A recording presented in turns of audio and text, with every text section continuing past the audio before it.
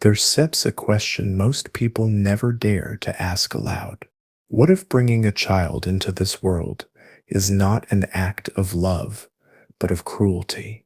It's a thought that unsettles almost everyone who hears it, because we've been raised to believe that having children is the ultimate expression of joy, meaning, and fulfillment, the continuation of life itself. To doubt that feels unnatural, even immoral. And yet, behind the smiles of new parents and the rituals of family celebration, there lingers a quiet unease, an intuition that life, for all its beauty, is also steeped in suffering, uncertainty, and endless striving. Few dared to voice that intuition more directly than Arthur Schopenhauer, the 19th century German philosopher, who once wrote, "If children were brought into the world by an act of pure reason alone, would the human race continue to exist?" Schopenhauer believed that life itself is a mistake, not because it is meaningless, but because it is unchosen. Each birth, he argued, is the beginning of a new consciousness, condemned to suffer, to desire, and to eventually decay. To create life, then, is to condemn another being to the same restless wheel of craving and disappointment that defines human existence. Of course, this is not an easy view to sit with. It feels cold, even nihilistic, but perhaps that's exactly why it deserves our attention. Because in an age obsessed with self-actualization and legacy, questioning the assumed goodness of reproduction forces us to confront a deeper truth. What is life actually for? In this exploration, we'll travel through the bleak but illuminating corridors of Schopenhauer's philosophy, and also the voices who argued with him: Nietzsche, who saw life as a creative affirmation; Freud, who tied procreation to the unconscious will to immortality; and modern psychology, which reveals both the deep joys and hidden motives of parenthood. Together, we'll uncover 6 profound insights, philosophical and psychological, that challenge the romantic myths of reproduction and invite us to see existence itself through a sharper, more honest lens. Because perhaps the real question isn't, should we have children? But rather, why do we keep creating life, even when we know how much it hurts to live? Let steps begin with an image: a moth fluttering toward a flame. Its wings tremble in the darkness, drawn by some invisible force, a shimmer of light, a promise of warmth. But the moment it reaches that glow, it burns. The pain is instant, yet even as its body falls, others come, one after another, chasing the same light that destroys them. Schopenhauer would say that is life itself. Every living thing, from the smallest insect to the human mind, is animated by what he called the will, not the rational will of moral philosophy, but a primal, unconscious, ceaseless striving. It doesn't ask, it doesn't rest, it doesn't know why, it only wants. And this wanting, he argued, is the root of all suffering. We like to believe we live for joy, for love, for meaning. But if you look closely, even these things are just momentary pauses between the endless churn of desire. You fall in love, but soon want stability. You find stability, but long for passion again. You achieve success, but now crave recognition. You rest, but soon grow restless. The will never allows satisfaction to last, because it feeds on lack. Schopenhauer Sepp's insight was devastatingly clear. All striving springs from want or deficiency, from discontent with one fast condition, Thus, it is suffering so long as it is not satisfied. If this is true, then life is not designed for happiness. It's designed for repetition, for the cycle of craving, striving, and despairing that keeps the whole machinery turning. And nowhere is that cycle more cunningly disguised than in reproduction.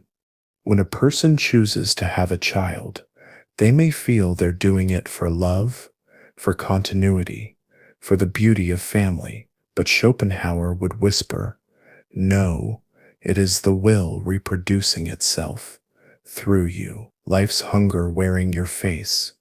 You may have thought it was your decision, your joy, but it was the will's. You were both the actor and the instrument." It's a brutal thought, because it means that even our most sacred acts, creation, parenthood, sacrifice, might not be free at all. We are caught in what he called the metaphysical joke of existence, that the very thing we think gives life meaning is the same thing that ensures our continued suffering. And yet, Schopenhauer didn't say this with hatred for life, but with an almost tragic compassion. He saw the human condition as a wound that never heals because it is self-inflicted by nature itself. To live is to be compelled to seek what will never truly satisfy, to want so deeply that we create new beings who will, in turn, want the same. You can feel this truth in the small moments. When you finally get what you've been chasing, the job, the relationship, the approval, and yet an hour later, a week later, some faint emptiness returns. You thought the mountain summit would bring peace, but from there, all you can see is the next mountain. This is what Schopenhauer meant when he said, "Life swings like a pendulum backward and forward between pain and boredom." We suffer when we don't have what we want, and we grow restless when we do. To understand this first insight is to wake from a spell, to realize that the engine of life is not joy at all, but the persistence of wanting. Even suffering, paradoxically, becomes the proof that we are still moving, still alive. The will demands we suffer because that's how it keeps existing. So the question becomes, if our inner machinery runs on suffering, what happens when we stop feeding it? If we stop obeying the will, if we refuse to reproduce it, could that be the first act of true freedom? That is where our next insight begins, with the unsettling revelation that even love itself, the force we most trust, may not be what it seems. There's a certain cruelty hidden inside beauty, and nowhere is that clearer than in love. Think of the first moment you truly fell for someone, that magnetic pull, the rush that floods your mind, the sense that this person is the answer to all the restless longing you've ever felt. You start imagining a future together, a home, maybe children, as if destiny itself had written your story long before you met. But what if all of that, the poetry, the passion, the promise, was never yours to begin with? Schopenhauer believed that romantic love is not an expression of individual freedom, but an illusion created by the will to life, nature's cunning mechanism to ensure that the species continues. In his words, the final aim of all love affairs, however ethereal they may appear, is really more important than all other aims in human life, and is quite worthy of the profound seriousness with which it is pursued, for it is no less than the composition of the next generation. In other words, when you fall in love, nature is not celebrating your joy. It's conducting its quiet business of survival through you. It doesn't care whether the relationship lasts or whether you're fulfilled. It cares only that you're drawn strongly enough to reproduce. The intensity of attraction, the sense of destiny, These are not signs of cosmic meaning, but strategies. Nature hides its agenda behind the mask of romance. And yet, we treat love as sacred. We write symphonies, build religions, and risk everything for it, because on the surface, it feels divine. But underneath, Schopenhauer saw something deeply mechanical, the will using human emotion as bait. Biology, too, has echoed this truth. Evolutionary psychology tells us that our brains are wired to seek partners with traits that unconsciously suggest reproductive fitness. Even our sense of beauty, symmetry, health, youth is often just a coded survival algorithm. We say, I can set help who I love. Schopenhauer would say, exactly. You are not the one loving life itself is. It's uncomfortable, isn't it, to think that the most sacred human emotion might be nature's way of keeping us obedient. But this insight isn't meant to destroy love. It's meant to see through it. Because when you understand what love is doing beneath the surface, you stop being enslaved by its illusions. Consider how differently we might love if we realize that the fever of passion isn't proof of destiny, but evidence of biology, that the obsession we call romantic fate is really a negotiation between our genes and the next generation. Freud later expanded on this idea with his concept of the libido, the life instinct that channels itself into sex, art, ambition, even creativity. The will in Freud's world became a psychological force, still blind but deeply human. We sublimate it, transforming the energy of reproduction into creation, into culture, into everything that makes civilization possible. And here lies the paradox. While Schopenhauer saw love as deception, Freud saw its energy as potentially transformative. Without it, perhaps, there would be no art, no literature, no philosophy, no attempt to transcend the animal. So, love may be nature's trick, but it's also our doorway to transcendence, the very illusion that makes consciousness bearable. We suffer through love, but we also wake up through it. At its best, love can lead us to compassion, to seeing another not as a means of reproduction, but as a mirror of our own existence. That's where Schopenhauer's pessimism begins to soften. He believed that from understanding love's illusion, we might eventually reach resignation, a quiet compassion for all beings caught in the same snare. And yet, the ethical question lingers. If we see through the deception, if we understand that love's deeper purpose is biological enslavement, what then? Do we still bring new life into the world, knowing what we now know? Or does wisdom demand restraint, refusal to play nature's game? In the next section, we'll explore that very dilemma, the moral weight of creation itself. Because every birth, Schopenhauer argued, carries within it an unspoken crime, the decision to impose suffering on another soul who never asked to exist. Imagine for a moment that before you were born, someone appeared to you and said, "You will be brought into a world of beauty and wonder. You will experience love, laughter, friendship, and sunlight. But you will also suffer. You will be hurt, disappointed, betrayed. You will struggle with meaning. You will lose everything you love, and one day you will die. Do you still wish to live? Would you say yes?" It's a haunting question, because no one ever gets to answer it. Schopenhauer saw this as the deepest moral contradiction of existence, that every act of creation is also an act of imposition. To bring a child into the world is not simply to offer life, It's to decide, on that child's behalf, that the burden of suffering is worth carrying. And that is a decision we can never make ethically, because the one most affected has no voice in it. He wrote, "We can regard our life as a uselessly disturbing episode in the blissful repose of nothingness."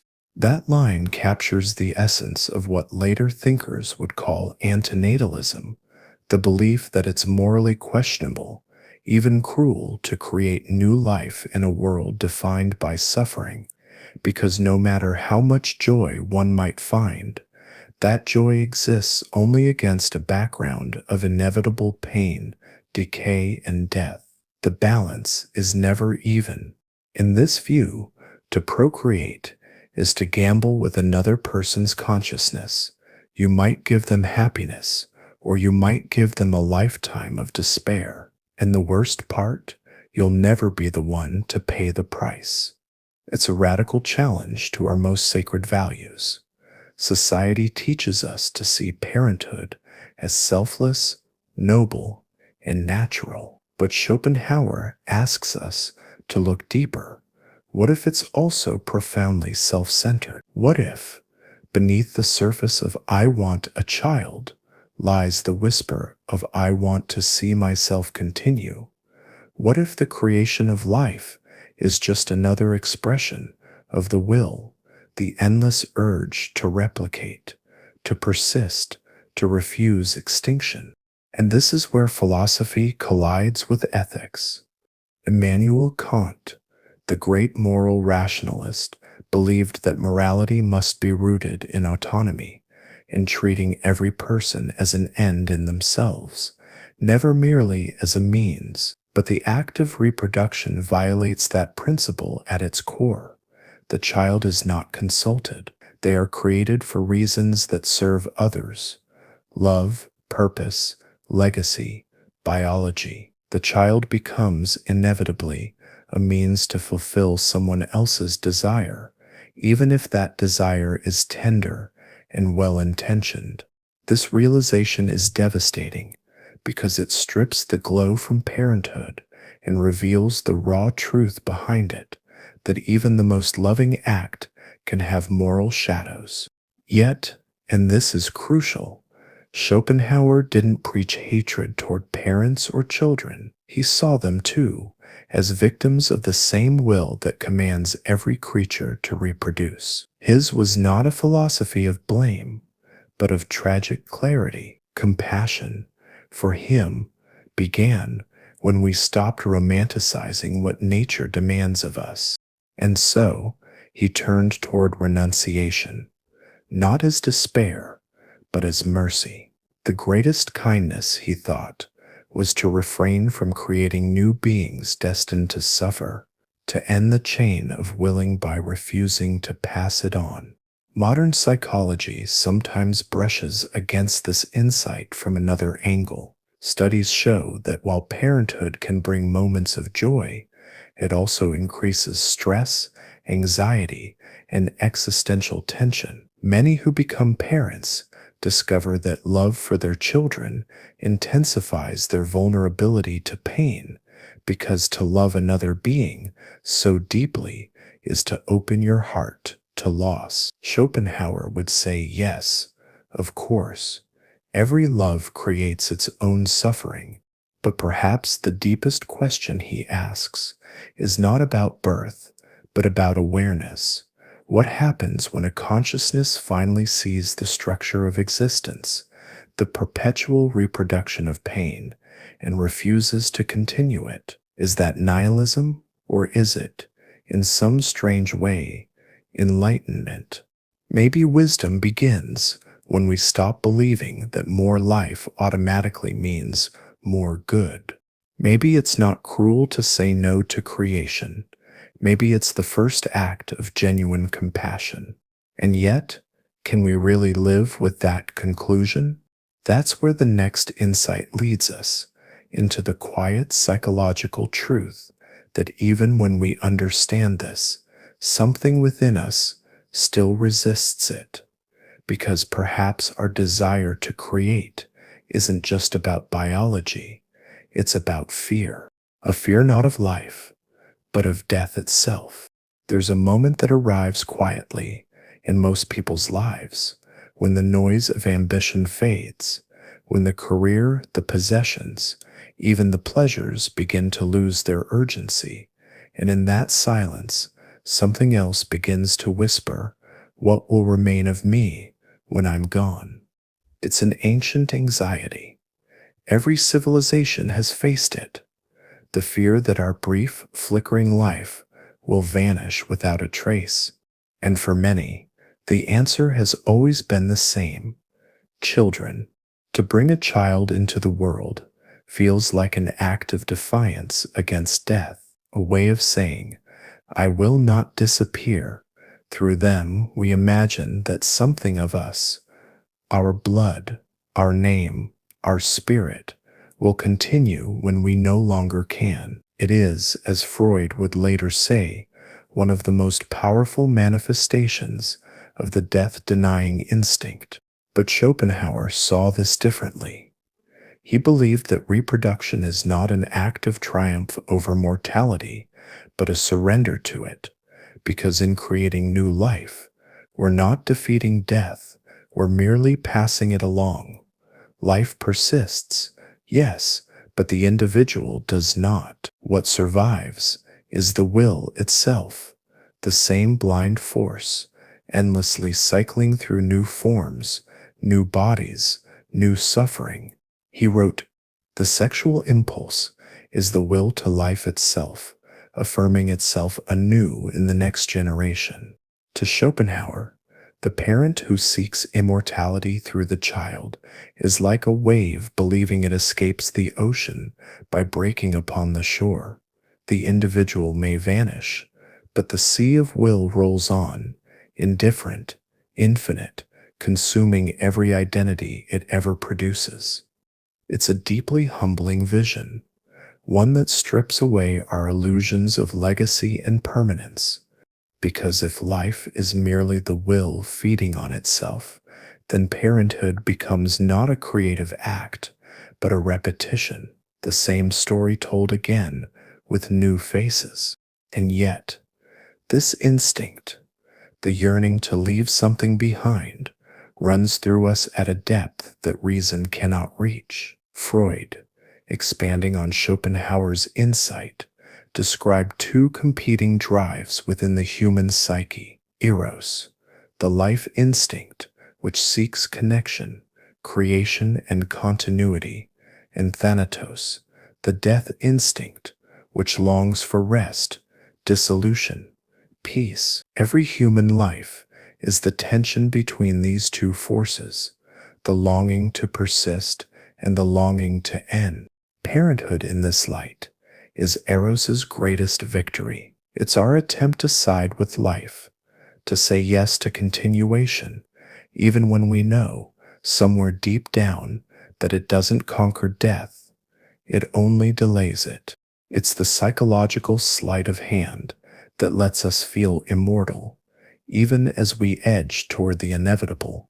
You can see this in the quiet pride of a parent watching their child grow, the sense that a part of me lives in them. You can see it in the desire to pass down names, traditions, wisdom, even possessions, as if by weaving threads into the next generation, we can anchor ourselves against the tide of oblivion.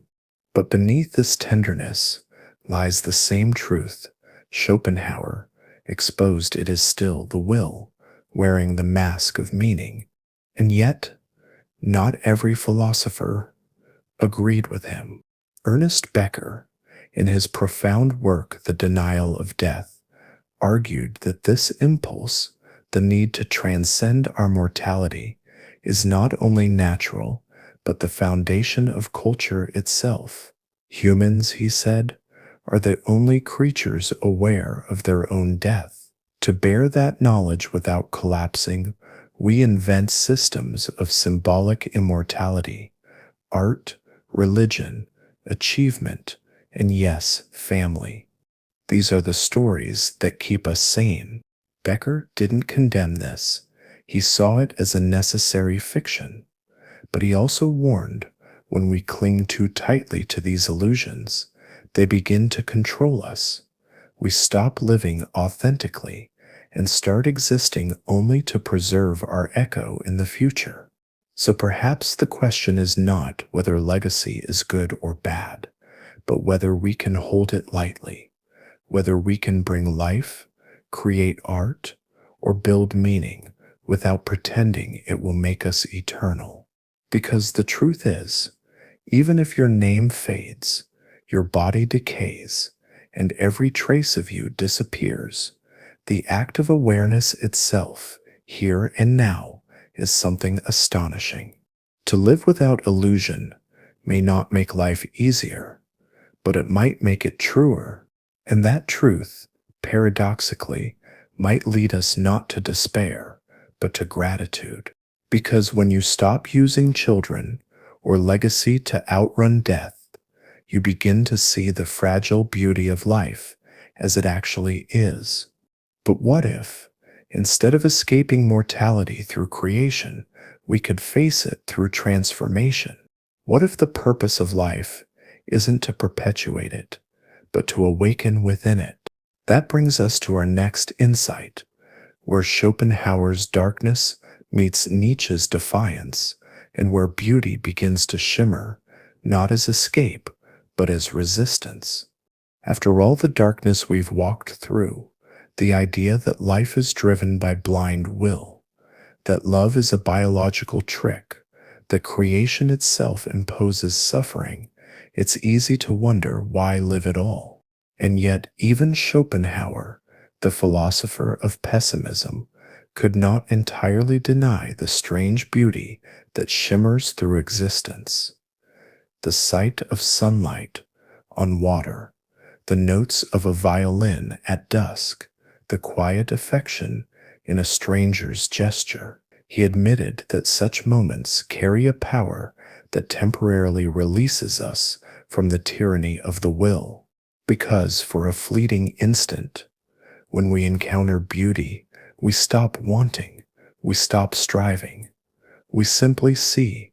He wrote, "When we are lost in aesthetic contemplation, we are no longer individuals tormented by our will. We are pure will-less subjects of knowledge." It's an extraordinary statement that beauty, whether in nature, art, or love, is not a justification for life, but a brief escape from it. It doesn't save us from suffering, but it offers a window beyond it. To Schopenhauer, art was not decoration. It was deliverance. Music, especially, held a sacred place in his philosophy. He called it a copy of the will itself, a way of hearing the structure of existence without being trapped inside it. When we listen to music, he believed, we commune directly with life's mystery, yet are freed from its demands. But for another thinker, Friedrich Nietzsche, this was not enough. Nietzsche revered Schopenhauer, but rejected his resignation. He took the same vision of suffering and turned it inside out. If Schopenhauer's philosophy ended in denial, Nietzsche's began in affirmation. He declared that to live fully is not to flee from pain, but to embrace it, to say yes to the whole of existence, joy and horror alike. He wrote, "One must have chaos in oneself to give birth to a dancing star." Where Schopenhauer sought stillness, Nietzsche sought creation. He saw in art not escape from life, but the most courageous form of participation in it. The artist, for Nietzsche, is one who transforms suffering into beauty, not to justify existence, but to express its power. In this light, the beauty of life is not salvation. It's alchemy. It's the process by which we take pain, absurdity, and mortality and transmute them into something radiant. And this shift from denial to transformation is profound. It marks the difference between pessimism and wisdom.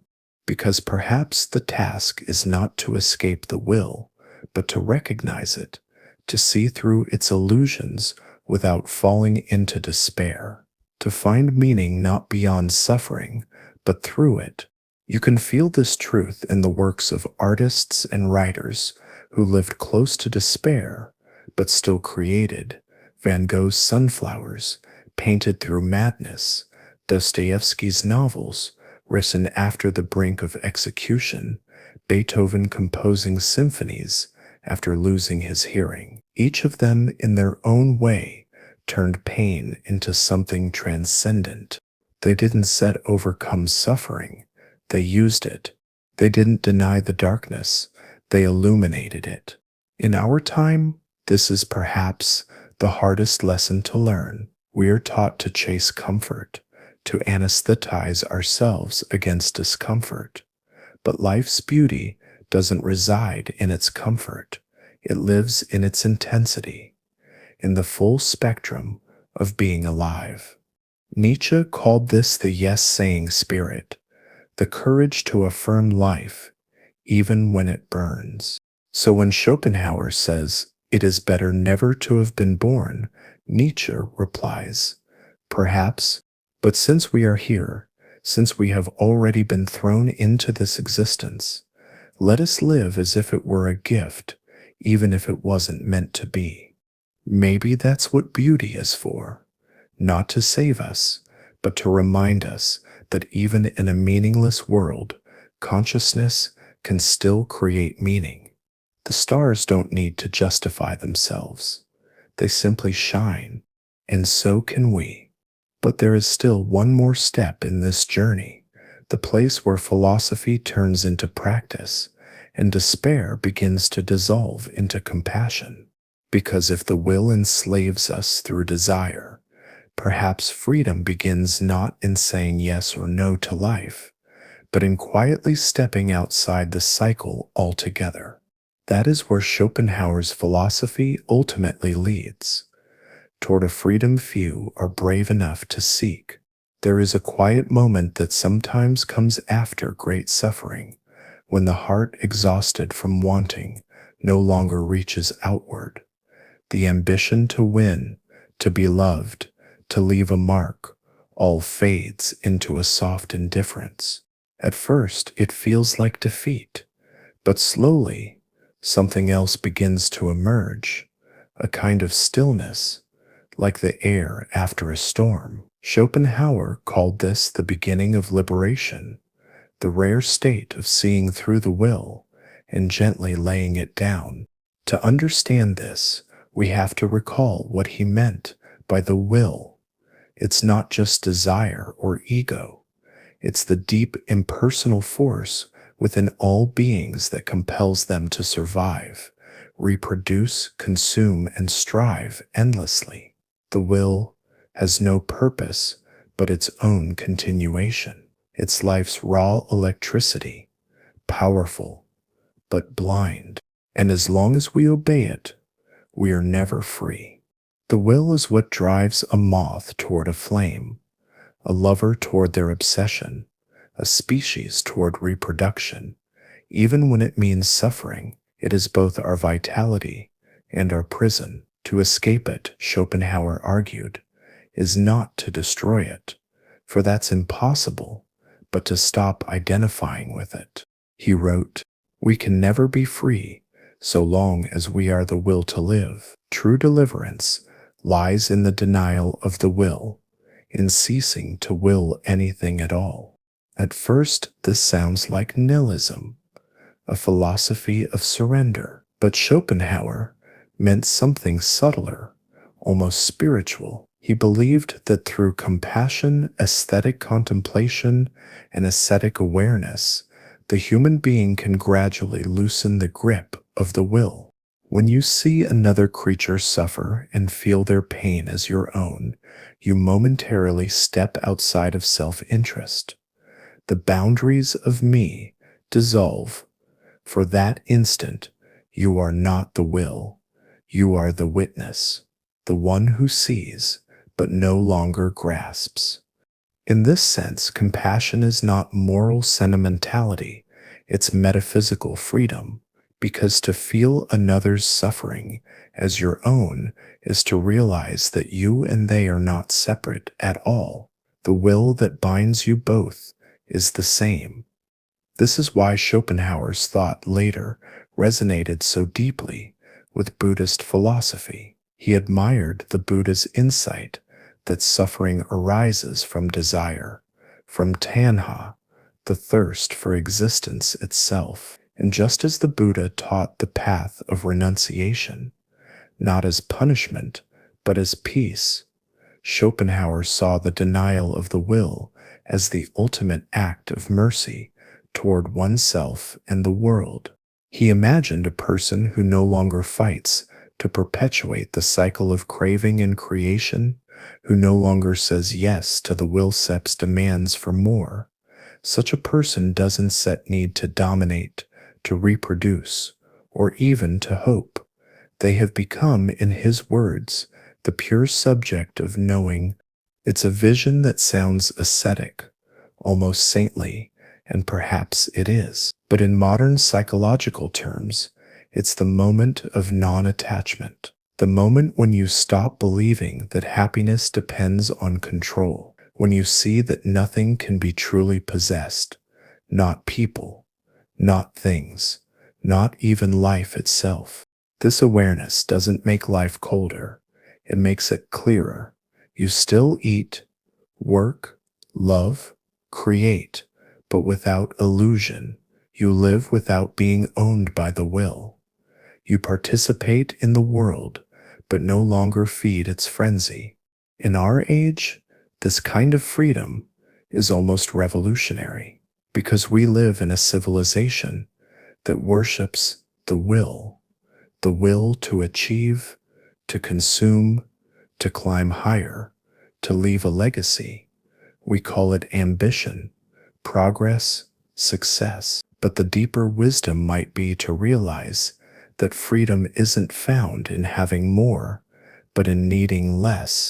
To stop obeying the will is not to reject life, but to love it without possession. It's to see existence for what it is, a brief play of forms, each one rising and fading, and to rest finally in that seeing. And that is where Schopenhauer's philosophy quietly ends, not in despair, but in serenity. The will continues its restless dance, but the awakened mind no longer joins it. As he wrote near the end of his life, the greatest of all follies is to sacrifice health, wealth, and freedom for the shadow of a name that dies when we do. To live without that folly, to see through the illusion of wanting, is to become, in a sense, untouchable. But what does this mean for us, for you, sitting here, listening, thinking, living in a world still obsessed with creating and continuing? That's where we'll end this journey, by revisiting the question we began with, because the conclusion, as always, is not about rejecting life, but about seeing it clearly enough to live it wisely.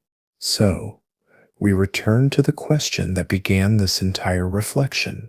Why would Schopenhauer, one of philosophy's most uncompromising minds, believe that having children is the dumbest thing one can do? By now, it's clear that this was never really about children, or parenting, or population. It was about something far more intimate, our relationship with life itself, and with the unending chain of desire that binds us to it. When Schopenhauer condemned reproduction, he wasn't expressing hatred for humanity. He was pointing to a tragic pattern, the way we, through ignorance or habit, perpetuate the very suffering we wish to escape. Every new birth, he thought, is another manifestation of the will, another spark thrown into the storm. But to see this clearly is not to turn against life. It's to awaken from the spell of blind continuation. Most of us live as though our duty is to extend, to leave behind something that lasts, a legacy, a child, a monument, a digital echo. We imagine that immortality lies in reproduction, whether biological or symbolic. Yet, as the centuries unfold, all these legacies crumble, civilizations rise and vanish, families fade into dust. The universe itself moves towards silence. Schopenhauer invites us to look at this truth without flinching and to ask sincerely, what then remains worth doing? And his answer is deceptively simple: to stop mistaking the will for the self. When we do, something extraordinary happens. Life no longer feels like a prison sentence. It becomes a kind of lucid dream, an experience we can watch, participate in, and even love without clinging. To see the world this way is to live with compassion, because we understand that everyone, from the richest to the poorest, from the newborn to the dying, is caught in the same current. Each person is a wave on the same restless sea. Their joy and their pain are yours. In this light, even Schopenhauer's supposed pessimism takes on a strange tenderness. His philosophy isn't a rejection of life, but a lament for its suffering and a hope, however faint, that we might transcend it through awareness. When he said that not bringing a child into the world is the highest moral act, he meant do not multiply the bondage of the will. But when we read this today, we might hear a gentler echo beneath it. Do not live unconsciously. Do not obey blindly. Do not create more pain out of your own confusion.